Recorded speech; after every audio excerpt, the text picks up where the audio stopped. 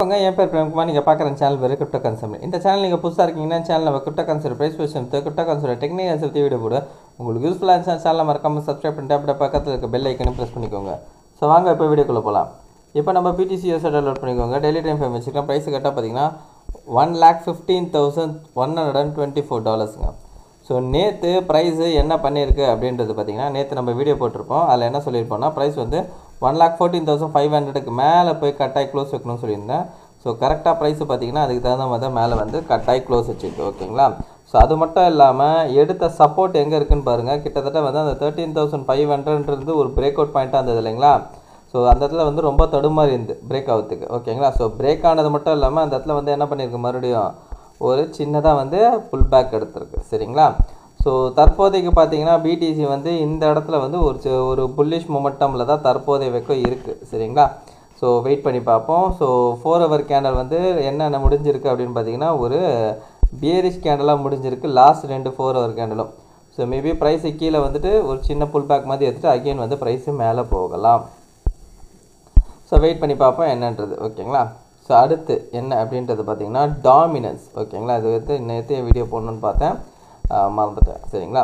So dominance என்ன அப்படின்றது பார்த்தீங்கன்னா, ஸோ நான் ஏற்கனவே வந்து இந்த இடத்துல வந்து ஒரு சப்ளை ஏரியா கொடுத்துருப்பேங்க. ஸோ அந்த சப்ளை ஏரியா எங்கே அப்படின்னு பார்த்தீங்கன்னா 58.90லேருந்து 59.59. ஓகேங்களா. ஸோ பக்கத்தில் வைக்க வந்துட்டு அதுக்கப்புறம் பார்த்தீங்கன்னா அங்கேருந்து ரிஜெக்ட் ஆயிடுச்சு. சரிங்களா. ஸோ மறுபடியும் பார்த்தீங்கன்னா இந்த டாமினன்ஸ் வந்து இந்த லோவை உடச்சி கீழே வந்தாங்கன்னா ஸோ அகெயின் வந்து ஒரு நல்ல ஒரு புஷ்ஷு இருக்குது. ஓகேங்களா. ஸோ அந்த டாமினன்ஸோட என்னோடய எதிர்பார்ப்பு என்ன அப்படின்னு பார்த்தீங்கன்னா, கிட்டத்தட்ட வந்து ஒரு 50க்கு கீழே. ஓகேங்களா. 46 48 அந்த ரேஞ்ச் வரைக்கும் வரத்துக்கான வாய்ப்புகள் இருக்குது. சரிங்களா. ஸோ 50 கீழே வரத்துக்கான சான்சஸ் அதிகமாகவே இருக்குது. சரிங்களா. அது நம்ம வெயிட் பண்ணி பார்ப்போம் என்னன்றது. ஸோ இப்போது நான் வந்து ஏற்கனவே ஒரு வீடியோ போட்டிருப்பேன். என்ன அப்படின்னு பார்த்தீங்கன்னா, BTCயோட ஸ்விங் வந்து ஸ்லோவாகுது அப்படின்றது ஒரு ஷாக் அப்படின்ற மாதிரி ஒரு வீடியோ கொடுத்துருப்பேன். ஸோ அந்த வீடியோவில் பார்த்தீங்கன்னா நான் என்ன சொல்கிறேன்னா, ப்ரைஸ் வந்து நம்மளுக்கு ஹை ஆகிறதுக்கான பாசிபிலிட்டிஸ் இருக்குது அப்படின்றத நான் சொல்லியிருப்பேன். ஸோ அந்த டைமில் வந்து டாமினன்ஸ் என்ன பண்ணணுப்பா அப்படின்னு கேட்டிங்கன்னா, ஸோ BTC வந்து பார்த்திங்கன்னா ஒரு ஸ்லோவாக மேலே ஏறும்போது டாமினன்ஸ் வந்து நம்மளுக்கு அக்ரெசிவாக கீழே வரணும்.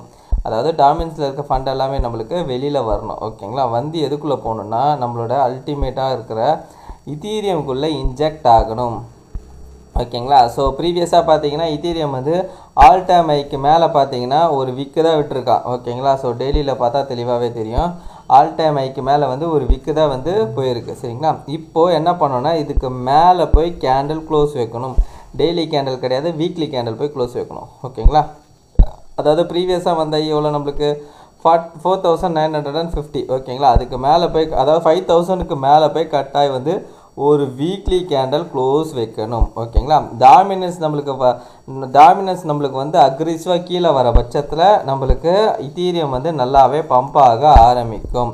சரிங்களா. ஸோ இத்தீரியமோட supply area, first supply area எது அப்படின்றது பார்த்திங்கன்னா இதுதான். ஸோ 5,850லேருந்து $8,100. சரிங்களா. இதுதான் வந்து ஃபஸ்ட்டு சப்ளை ஏரியா. அந்த சப்ளை ஏரியாவை முட்டின பிறகு கன்சல்டேஷன் போடுதா இல்லைனா பிரேக் அவுட் ஆகி மேலே போதான்றது நம்ம வெயிட் பண்ணி பார்க்கணும்.